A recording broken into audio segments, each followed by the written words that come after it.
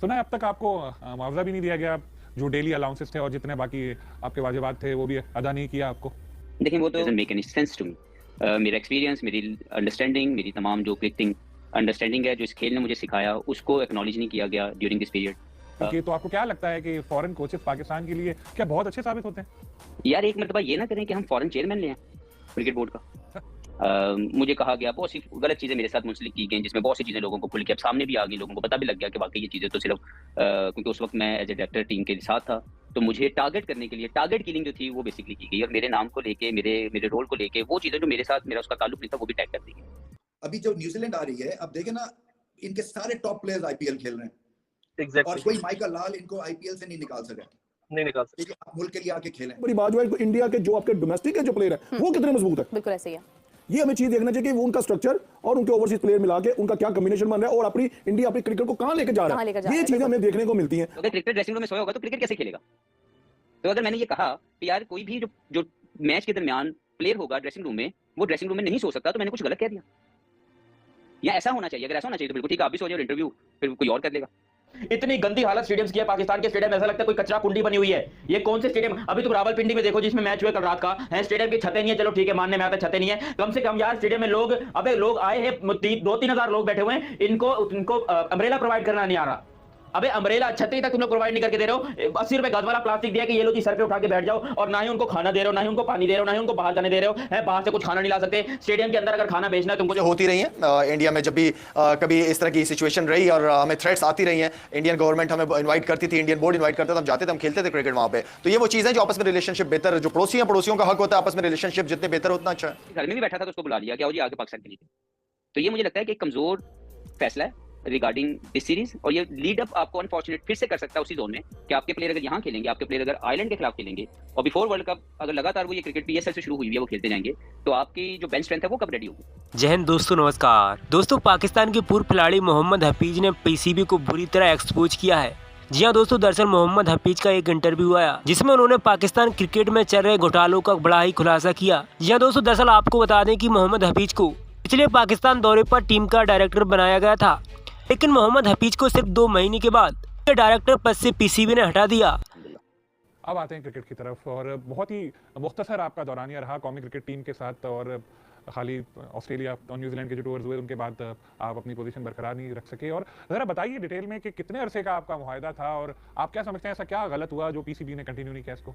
देखिए मैं आया तो नहीं था छोटे टाइम के लिए, थोड़े अरसे के लिए, मुझे लाया तो 4 साल के लिए गया था, क्योंकि पाकिस्तान क्रिकेट बोर्ड की मैनेजमेंट ने मुझे बुला के ये बात की थी कि वो मुझे चाहते हैं कि मैं इस वर्ल्ड कप से ये जो अनफॉर्चुनेट रिजल्ट आए पाकिस्तान के, यहाँ से लेके अगले 4 सालों के लिए मैं पाकिस्तान टीम को लीड करूँ as a team director, not as a head coach, क्योंकि मेरे साथ जो बात हुई थी वो टीम डायरेक्टर की थी, क्योंकि मैं क्वालिफाइड कोच नहीं हूँ, मैंने अभी तक लेवल 1 कोर्स के अलावा मैंने कोर्स नहीं किए हुए। लेकिन फिर मैं दूसरी तरफ अगर जाऊँ तो उस कोर्स के हवाले से भी लोगों की बहुत सी अजीब सी सोच है कि मैं 19-20 साल जो मैंने इंटरनेशनल क्रिकेट खेली, जो मेरी लर्निंग्स हैं उसको बिल्कुल ऑन नहीं किया गया, और सिर्फ वो जो 5 या 7 दिन का एक कोर्स है जो लेवल 2 का, अगर मैं वो कर दूंगा तो मैं कोच बन जाऊंगा, which doesn't make any sense to me. मेरा एक्सपीरियंस, मेरी अंडरस्टैंडिंग, मेरी तमाम जो क्रिकेटिंग अंडरस्टैंडिंग है जो इस खेल ने मुझे सिखाया, उसको एक्नॉलेज नहीं किया गया ड्यूरिंग दिस पीरियड। और जो मैं नहीं था, हेड कोच में नहीं था, वो मुझे टैग किया गया, हालांकि मैं टीम डायरेक्टर था। मेरा काम था पाकिस्तान टीम के हवाले से बेस्ट स्ट्रेटेजी बनाना, प्लान्स बनाना, और जो कोचेस थे उनके थ्रू एग्जीक्यूट करना। ये मैं पहले भी कह चुका हूँ, शायद अनफॉर्चुनेटली अंडरस्टैंडिंग हमारी नहीं है इतनी, ना हम समझना चाहते हैं। उसके बाद मुझे 4 साल के लिए जब लाया गया, जो मेरी साथ बात हुई, क्योंकि मैं थोड़े पीरियड के थ्रू आने नहीं चाहता था, क्योंकि उसमें मैं कुछ बदल ही नहीं सकता था, क्योंकि बहुत सी चीज़ें मुझे अंदाज़ा भी था कि वो क्यों बिगड़ी हुई हैं, क्यों उसकी वजूहात, कौन सी वजूहात हैं जो पाकिस्तान का इस तरह के रिजल्ट हैं, इस तरह की डेवलपमेंट हो रही है प्लेयर्स की, और उसको ठीक करने के लिए कोई भी जादू की छड़ी मेरे पास नहीं थी। हाँ, ये ज़रूर था कि एक अच्छा प्रोसेस, एक अच्छी स्ट्रेटजी, एक अच्छी प्लानिंग मेरे पास मौजूद थी, जिसको मैंने बताया था, जिसके ऊपर ट्रस्ट करके क्रिकेट बोर्ड ने मुझे ये जिम्मेदारी दी। 4 साल के कॉन्ट्रैक्ट को 2 महीने के बाद खत्म कर दिया गया, उस सारे मामले को पॉलिटिकल वे में डील किया गया, which obviously is not good for anything, like it's not good for cricket. I believe कि पाकिस्तान की क्रिकेट के फैसले अगर पॉलिटिकल बेस पे होंगे तो वो कहीं पे भी आपको फ्रूटफुल रिजल्ट नहीं मिलेंगे। तो वो हुआ, वो अनफॉर्चुनेट है। मेरा तो ऐसा कोई नुकसान नहीं है, लेकिन जो नुकसान है वो पाकिस्तान क्रिकेट का एक रेपुटेशन है जो पहले डैमेज हुई। पहले मिकी आर्थर को ऑनलाइन कोच बना दिया गया, जो कि क्रिकेट बोर्ड के अपने ही लोगों का कहना था कि वो गलत फैसला था, वो सही फैसला नहीं था, और मीडिया और पाकिस्तान के क्रिकेट फैंस ने इसको पसंद नहीं किया। फिर जब मुझे लाया गया, मेरी strong understanding of the cricket को एक्नॉलेज करते हुए मुझे कहा गया कि मैं ये रोल प्ले करूँ, उसको 2 माह के बाद खत्म कर दिया गया। और उसकी वजह एज ए जर्नलिस्ट आप भी जानते हैं, और बहुत से लोग भी इसको समझ रहे हैं कि ये पॉलिटिकल डिसीजन था। Anyway I wish all the best for Pakistan cricket के अब जो भी डिसीजन लिए जाएं वो लंबी देर तक उन लोगों को काम करने दिया जाए ताकि वो राइट स्ट्रेटजी के साथ काम कर सकें। सुना है अब तक आपको मुआवजा भी नहीं दिया गया, जो डेली अलाउंसेस थे और जितने बाकी आपके वाजिबात थे वो भी अदा नहीं किया आपको? देखिए वो तो बात तो ठीक है, लेकिन अभी मैं को इसके ऊपर इतना डिस्कस इसलिए नहीं करना चाहता कि ये मेरी प्रायोरिटी नहीं। मेरी प्रायोरिटी पाकिस्तान क्रिकेट की बेहतरी थी जिसके लिए मैं आया था। एक छोटा सा एक कॉन्ट्रैक्ट के हवाले से जो भी अमाउंट जो पेंडिंग है वो पाकिस्तान क्रिकेट बोर्ड दे देगा मुझे। That is not an issue to me at all. अब फिर से फॉरेन कोच लाने की तैयारी है और मीडिया में जो नाम आ भी रहे हैं गैरी क्रिस्टन और जेसन गिलेस्पी के, तो आपको क्या लगता है कि फॉरेन कोचेस पाकिस्तान के लिए क्या बहुत अच्छे साबित होते हैं? यार एक मरतबा ये ना करें कि हम फॉरेन चेयरमैन लें क्रिकेट बोर्ड का। नहीं ऐसा, वैसे आपको बताऊं मैं एक बात, माजी में एक बार हुआ है ऐसा जब कैप्टन की तरफ से इस तरह की चीज़ें, इस तरह के स्टेटमेंट्स जो वो पॉजिटिव हो, क्योंकि क्रिकेटर के साथ साथ वो एक एम्बेसडर भी है इंडिया का। हमेशा से हम भी यही बात कहते हुए हैं कि पाकिस्तान इंडिया की जो रिलेशनशिप है वो स्पोर्ट्स की वजह से और ख़ासतौर पे उसके अंदर क्रिकेट का रोल हमेशा से बहुत इंपॉर्टेंट रहा है और पास्ट में भी ये चीज़ें होती रही हैं। इंडिया में जब भी कभी इस तरह की सिचुएशन रही और हमें थ्रेट्स आती रही हैं, इंडियन गवर्नमेंट हमें इन्वाइट करती थी, इंडियन बोर्ड इन्वाइट करता था, हम जाते थे, हम खेलते थे क्रिकेट वहाँ पे। तो ये वो चीज़ें जो आपस में रिलेशनशिप बेहतर, जो पड़ोसी हैं पड़ोसियों का हक होता है आपस में रिलेशनशिप जितने बेहतर उतना अच्छा है। ठीक है शाहिद साहब, जैसे आपने जिक्र किया कि दोनों के होने चाहिए ताल्लुकात, क्योंकि आपकी सारी जो क्रिकेट की लाइफ है उसमें काफ़ी सारी पाकिस्तान इंडिया की क्रिकेट हुई है।